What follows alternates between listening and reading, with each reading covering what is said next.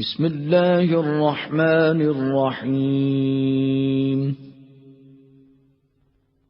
الرحمن قرآن پاک کی تفسیر ہے، اور جو تفسیر رسول اللہ صلی اللہ علیہ وسلم کے فرامین ہیں جو اس کو سمجھانے کے لیے تابعین آئے، پھر تبع تابعین یعنی علماء کرام مجتہدین آئے، ٹھیک ہے نا. تو بالکل جو بنیاد ہے وہ ہے قرآن پاک، اور اسی وجہ سے رسول اللہ صلی اللہ علیہ وسلم فرمایا خیرکم من تعلم القرآن وعلمہ، تم میں سے بہترین شخص وہ ہے جو قرآن کو پڑھے اور پڑھائے. تو شروع کرتے ہیں ہم. تو ہر زبان کی ابتدا جو ہوتی ہے وہ اس زبان کے الفابیٹ سے ہوتی ہیں. تو ہم عربک جو قرآن کی زبان ہے جس کو ہم لینگویج آف قرآن کہیں گے وہ ہے عربک، ٹھیک ہے نا. تو اس کی ابتدا بھی اسی کے حروف الہجا سے کریں گے، ٹھیک ہے نا. تو حروف الہجا عربی میں بنیادی حیثیت حروف الہجا کی ہے، عربی میں بنیادی حیثیت حروف الہجا کی ہیں. جیسے کہ اردو میں حروف تہجی کہتے ہیں، انگلش میں الفابیٹ کہتے ہیں، تو عربک میں حروف الہجا کہتے ہیں. کوئی بتائے حروف الہجا کی تعداد کیا ہے؟ کسی کو پتہ ہے؟ 28 28 یا 29. اس کی بھی میں وجہ بتاؤں گا، ٹھیک ہے نا. تو شروع کرتے ہیں. تو یہ آپ کے سامنے کچھ حروف میں نے لکھے ہیں، کیا ہے یہ؟ ذرا پڑھیے. اب بس ایک میں آپ کو بتاؤں گا کس طرح پڑھنا ہے، ٹھیک ہے نا. دیکھو اردو میں یہ جو لسان القرآن جو ہے یا فہم القرآن، اس کو آسان ہو جائے گا اس کو سمجھنا جس کو کچھ نہ کچھ اس کے لیے شرط یہ کہ قرآن پاک پڑھنا آنا چاہیے، ٹھیک ہے نا. ایک قرآن پاک پڑھنا آنا چاہیے، ٹھیک ہے نا. تو دوسری چیز یا تو اس کو نالج ہونی چاہیے انگلش زبان کی، یا اس کو نالج ہونی چاہیے اردو زبان کی. ٹھیک ہے، ہم شروع کریں گے اردو زبان سے. اردو زبان میں جو حروف تہجی ہیں اس میں جس حروف کو ہم ایک آواز کے ساتھ پڑھتے ہیں، بشیر صاحب، جس حروف کو ہم ایک سونڈ کے ساتھ پڑھتے ہیں اس کو ہم آ کے سونڈ کے ساتھ پڑھیں گے. کیا پرنس صاحب، کیا میں نے کہا؟ جس کو ہم اے کے ساؤنڈ کے ساتھ پڑھتے ہیں اس کو ہم آ کے ساؤنڈ کے ساتھ پڑھیں گے. جو کہ یہاں پہ حروف الہجا ہیں ان کو پڑھنے کی کیا صورت ہے؟ جس حروف کو ہم اردو میں اے کے سونڈ کے ساتھ پڑھیں گے اس کو ہم عربک میں آ کے سونڈ کے ساتھ پڑھیں گے. یا آپ اس طرح بھی سمجھو، جس کے آخر میں بڑی یہ آتی ہیں، بڑی یہ اے کی آواز بڑی یہ آتی ہیں، اس کو الف کے ساتھ کنورٹ کرنا ہے، ٹھیک ہے نا. تو میں شروع کرتا ہوں. تو میں اردو میں بتاؤں گا، آپ عربک میں بتانا، ٹھیک ہے نا. الف، کیا اس کے آخر میں ہم ایک کی سونڈ کے ساتھ اس الف کو پڑھتے ہیں؟ نہیں سر، الف ہی ہے. ہاں، تو الف ہی ہے. بے، جو اردو میں ہم نے بے پڑھا، بے، تو بے کو کیا پڑھیں گے؟ با. تے، سے، بالکل. جیم، جیم، کیا اس کو ہم نے ایک کی آواز کے ساتھ پڑھا؟ نہیں سر. جیم، تو یہاں پر بھی جیم جیم ہی رہے گا. ہاں. ہائی، ہائی پڑھتے نا وہاں پہ، ہاں، ماشاءاللہ. پھر پڑھتے ہیں خوائی، ماشاءاللہ ماشاءاللہ. تو اس کے بعد پڑھتے ہیں دال، وہاں پر بھی دال، یہاں پر بھی دال. پھر زال، وہاں پر بھی زال، یہاں پر بھی زال. پھر یہاں پہ رے، کیا پڑھتے ہیں؟ زے، ہاں زے کو، ہاں. سین، وہاں پر بھی سین، یہاں پر بھی سین. شین، وہاں پر بھی یہاں پر بھی. سود، وہاں پر بھی یہاں پر بھی. ہاں. لود، وہاں پر بھی یہاں پر بھی. تو، ٹھیک ہے نا. کیا پڑھتے ہیں وہاں پہ؟ توئی پڑھتے ہیں یہاں پہ. ہاں. پھر زوئی، توئی زوئی. آئین، وہاں پر بھی یہاں پر بھی. غوین، غوین، ٹھیک ہے نا. فے، فے، قوف، وہاں پر بھی یہاں پر بھی، ٹھیک ہے نا. اس کے بعد اس کے بعد وہاں پہ کیف پڑھتے ہیں، ٹھیک ہے نا. کیف کو کاف پڑھیں گے، ٹھیک ہے. ہاں. لام، میم، نون، ہے، ہے، ہاں. واو، یا.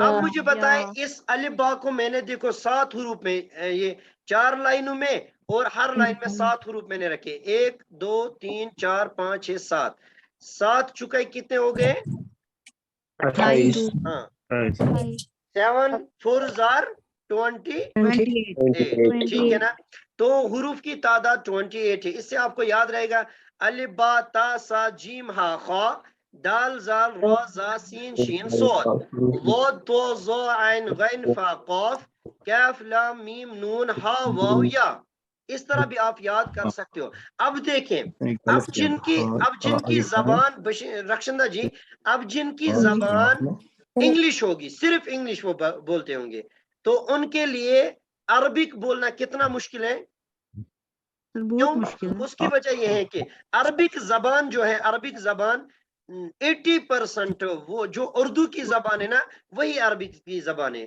80% جو اردو کے الفاظ ہیں وہی عربی کے الفاظ ہیں صرف ہمیں وہ اردو سے عربک میں کنورٹ کرنے کی وہ فارمولے پڑھنے ہیں بس وہی عربک ہے اب خوشی کی بات یہ ہے کہ جن کو بس دھیان رکھیے گا اپنی مائک کا جن کو اردو آتی ہوگی تو ان کے لیے عربک سیکھنا بہت ہی آسان ہے کیونکہ بس وہ یہ سمجھے کہ ہمیں 80% عربک آتی ہے ٹھیک ہے نا اب اسی اردو کو جو 80% عربک ہی ہے اس کو اب دیکھنا ہے کہ کن قاعدوں کے ساتھ ان کو ہم عربک بنائیں گے بس ان کو سیکھنا ہے ٹھیک ہے نا تو اب دیکھیں اللہ تبارک و تعالیٰ کا کتنا احسان ہے کہ اللہ تبارک و تعالیٰ نے ہمیں وہ زبان عطا کی ہے یعنی اردو ہماری مادری زبان ہے ٹھیک ہے نا تو اردو مادری زبان ہونے کی وجہ سے ہمارے لیے عربک بہت ہی آسان ہے ٹھیک ہے نا وہ ہمارے یہاں جو جتنے بھی یہاں پہ نا آپ اب خوشی کی بات یہ ہے مزے کی بات یہ ہے کہ 80% عربک ہمیں آتی ہیں بس جو ہی میں کچھ فارمولے بتاؤں گا قاعدے بتاؤں گا تو آپ کہنا ہاں ہمیں تو یہ آتا ہے ٹھیک ہے نا 80% عربک ان کو آتی ہیں جن کو اردو کی زبان کی مہارت ہے ٹھیک ہے نا تو یہ ہے جو ابتدا جو ہے جو عربی میں بنیادی حیثیت رکھتے ہیں حروف الہجا ان کی پروننسیشن ہم نے الحمدللہ سیکھ لیے ہیں ڈاکٹر پرنس صاحب یہ سمجھ میں آیا الحمدللہ چلو ماشاءاللہ اب آگے بڑھیں کسی کو کوئی سر ایشو یہاں پہ ہاں اب مسئلہ ہے اب 2 سوال ہیں یہاں پہ ایک تو ہم نے الف سے لے کے یا تک پڑھا اس میں سے ایک حروف مس ہے آپ کو لگ رہا ہے کوئی حروف یہاں پہ نہیں ہے سر بڑی ہے حمزہ ہاں بڑی یعنی یہ یا ایک ہی ہے اب حمزہ یہاں پہ نہیں ہے ٹھیک ہے نا حمزہ یہاں پہ نہیں ہے تو عرب والے جو ہیں وہ حمزہ اور الف کو ایک ہی مانتے ہیں کیا حمزہ اور الف کو ایک ہی مانتے ہیں یعنی اس میں 2 جماعتیں ہیں ایک کہتے ہیں کہ جو حروف الہجا ہے عربک کی ان کی تعداد 28 ہے کیونکہ وہ الف اور حمزہ کو ایک ہی مانتے ہیں اور کچھ ایسے ہیں کہ وہ کہتے ہیں حروف الہجا جو ہے عربک کی ان کی تعداد 29 یعنی 29 تو وہ الف کو الگ اور حمزہ کو الگ مانتے ہیں تو ہم نے کن کو لیا یہاں پہ جو کہتے ہیں کہ صرف 28 ہے ٹھیک ہے نا تو اب ہم نے الف لایا اس الف کو ہم کیا حمزہ کی جگہ پہ یوز کریں گے جیسے ہم نے قاعدہ پڑھا ہے الف ہمیشہ خالی ہوتا ہے جو الف خالی نہ ہو وہ حمزہ ہے ٹھیک ہے نا بس اسی قاعدے کے مطابق ہم یہاں پہ کتنے حروف مانیں گے 28 حروف مانیں گے ٹھیک ہے نا اور دوسرا سوال ایک کوئی کسی نے اس پر دھیان دیا کہ دوسرا سوال یہاں پہ ہونا چاہیے ہاں یہاں سے پڑھیے آخری والی لائن جو چوتھی والی لائن ذرا پڑھیے کاف لام میم نون کاف لام واو پہلے ہونا چاہیے پہلے ہونا چاہیے ہاں پرانا صاحب کاف لام واو میم پہلے ہونا نون چاہیے لام میم نون اس کے بعد واو ہا یا ہونا چاہیے واو ہونا چاہیے واو یا ہونا چاہیے مگر میں نے کیا لایا واو کے ہا کے بعد واو اور یا ایک جواب اس کا یہ کہ واو اور یا جو ہے یہ کمزور حروف ہوتے ہیں کیا ہوتے ہیں یہ کمزور حروف ہیں ان کو آخر میں رکھا ایک وجہ ہاں کمزور حروف ہے اسی وجہ سے ان کو آخر میں رکھتے ہیں ٹھیک ہے نا تو البتہ اگر آپ اس کو دیکھو گے کہ کس طرح میں نے اسی کے مطابق یہاں پہ لایا جب ہم عربک کی کوئی ڈکشنری لائیں گے کیا عربی زبان کی ڈکشنری لائیں گے تو اس میں آپ یہ اسی ترتیب سے دیکھو گے حروف کو، کاف کے بعد لام میم نون، اس کے بعد ہا، اس کے بعد واو اور یا۔ اب کہ کوئی ڈکشنری لانے گیا، ٹھیک ہے نا، اب اس نے دیکھا کہ نون تک دو، دیکھیں نون تک جتنے بھی ورڈ ہیں اس کے ان کی میننگ، نون کے بعد کیا ڈھونڈنے لگا؟ واو واو نہیں ملا، وہاں پہ ہا ملے گا، کیا ملے گا؟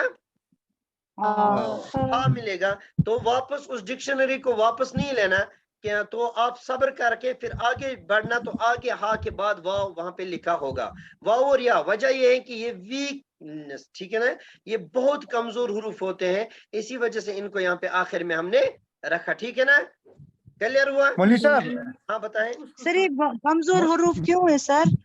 جی جی سر ان کو کمزور حروف کیوں بولتے ہیں؟ ہاں، یہاں پہ اب گرامر والوں نے کہا ان کو کمزور حروف ہے، یہ ہمیں لگے گا فیل میں پتہ یہ کمزور حروف کیوں ہے، ٹھیک ہے نا۔ انشاءاللہ ہم جی 3 سر۔ پارٹ میں اس عربک کو پڑھیں گے نا، 2 پارٹ میں، تو وہاں پہ ایک تو اسم ہے، دوسرا فعل ورب، تو وہاں پہ ہمیں پتہ چلے گا، ٹھیک ہے نا۔ ابھی آپ صرف مجھ پہ اعتبار یہ کرو کہ ان کو کمزور حروف کہتے ہیں، ٹھیک ہے نا۔ مولوی جی صاحب سر۔ ہاں بتائیں۔ کبھی کبھی وہ بے کو نا با کو پے سے ٹرانسفر کر لیتے ہیں عربک میں، بے کیا با کو کس کے ساتھ؟ پے کے ساتھ، جو اردو میں پے ہوتا ہے، نہیں، 3 جو ہاں نقطے جیسے لکھے ہوتے ہیں، پاکستان، دیکھو دیکھو، ہاں آپ کا کہنے کا مطلب ہے ہاں وہ پاکستان ہے نا، پاکستان کہتے ہیں۔ اب پا نہیں آتا ہے نا، پے جو ہے وہ نہیں آتا ہے، اب پے کو پاکستان کو باکستانی کہتے ہیں، کیا کہتے ہیں؟ ہاں وہ انشاءاللہ ہم آگے دیکھیں گے، ٹھیک ہے نا، اتنا سمجھ میں آیا؟ جی سر۔ جی سر۔ تو آگے چلیں۔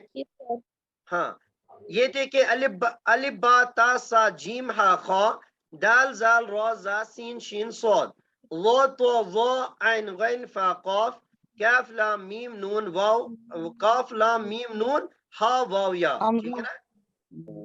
تو آگے بڑھیں، اب یہ حروف تھے، اب یہ حرکات، حرکات جیسے آپ کو یہاں پہ لگ رہا ہے، یہ کیا ہے؟ اوپر اس طرح کی حرکت ہوتی ہے، زبر، اس کو کہتے ہیں زیر، اس کو کہتے ہیں پیش، زبر زیر پیش، اور یہ جو یہ چھوٹا سا دال جیسا دکھ رہا ہے، اس کو کہتے ہیں جزم، سکون، یہ حرکات اور یہ سکون، اور کبھی اس طرح بھی آتا ہے، کبھی گول کی شکل میں بھی آتا ہے، ٹھیک ہے نا۔ تو یہ وہ تھے حروف، یہ ہیں حرکات، ٹھیک ہے نا۔ ٹھیک ہے مولوی اب صاحب۔ ہاں، اور یہ جو ہے یہ ڈنڈے کی شکل میں، اس کے اوپر حمزہ لکھا ہے، اس کے اوپر زبر پیش، اور یہاں پہ الف، الف کے نیچے حمزہ، حمزہ کے نیچے زیر، تو الف حمزہ الف کی شکل میں ہوتا ہے، مگر کبھی اس پر حمزہ لکھا جاتا ہے، کبھی نہیں لکھا جاتا ہے، بس جو الف ہوگا، الف کے اوپر جو اگر کوئی بھی حرکت ہوگی تو الف الف نہیں رہتا، وہ حمزہ رہتا ہے، جو ہم نے قاعدے میں وہ پچھلے سیشن میں پڑھا تھا، جو پچھلی سیریز جو ہماری تھی، کون سی؟ قاعدے کی سیریز، وہاں پہ ہم نے دیکھا ہے کہ الف ہمیشہ خالی ہوتا ہے، ہاں، جو الف خالی نہ ہو وہ کیا ہوتا ہے؟ حمزہ۔ ماشاءاللہ ماشاءاللہ۔ اب دیکھیں، یعنی خالی نہ ہونے کی وجہ یہ ہے کہ اس پر کبھی زبر ہوگا، کبھی زیر، کبھی پیش، کبھی جزم، ٹھیک ہے نا، تو وہ حمزہ ہی ہوگا۔ اب دیکھیں آگے ہم چلیں گے، اب یہ دیکھیں، ہاں یہ جو حرکات زبر زیر پیش جزم، ٹھیک ہے نا، پھر حمزہ، اب یہاں پہ الف کی شکلیں 1 2 3 4 5، مجھے بتائیں ان 5 میں سے الف کون ہے اور حمزہ کون ہے؟ 1 2 3 4 الف ہے سر، 2 5 الف لکھے، 5 الفوں کی شکل لکھے، اور 5 میں سے الف کون ہے اور حمزہ کون ہے؟ پہلا والا الف ہے، باقی سارے حمزہ ہاں، ہے۔ پہلا والا الف ہے کیونکہ خالی ہے، باقی 4 جو ہیں وہ الف نہیں ہے، وہ کیا ہے؟ حمزہ ہے۔ وہ حمزہ ہے، یعنی کہ اگر ہم دیکھیں تو یہ 4 جو ہیں یہاں پہ، ٹھیک ہے نا، یہ 4 یہ سارے کے سارے کیا ہیں؟ حمزہ۔ یہ حمزہ ہے، باقی یہ والا جو ہے یہ الف ہے، ٹھیک ہے نا، کون سا؟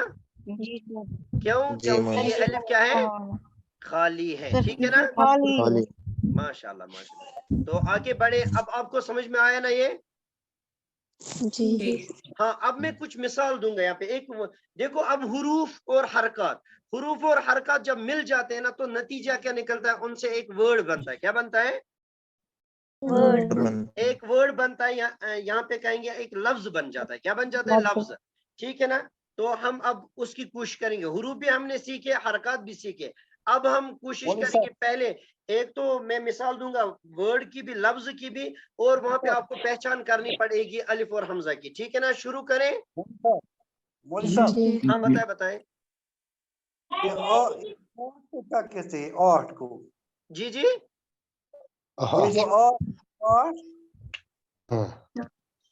8 کی طرح ہے نا مولوی صاحب. حمزہ جزم سر جو یہ ہے نا وی, الٹا وی, ان میں سے جزم ہے, وہ جزم. اس کو کیا کہتے دیکھو ہیں؟ یہ شکل ہے, یہ والی شکل یا یہ والی شکل ہے, یہ والی شکل یا یہ والی, نیچے کبھی والی. گول کی شکل میں ہوگی. ابھی میں وہ بھی دکھاؤں گا. ٹھیک ہے نا, تو اب دھیان رکھیے. ذرا مجھے بتائیے یہ کیا ہے؟ اقرا. دیکھو نتیجہ یہ ہے کہ اس میں حروف بھی ہیں, حرکات بھی ہیں. اس میں حروف بھی ہیں, اس میں حروف بھی ہیں, حرکات بھی ہیں. اس میں حروف بھی ہیں, حرکات. اچھا حروف, اچھا مجھے پہلے پتا. اب ایک اور سوال, اس میں الف کی 2 شکلیں ہیں, ان میں سے الف کون ہے, حمزہ کون ہے؟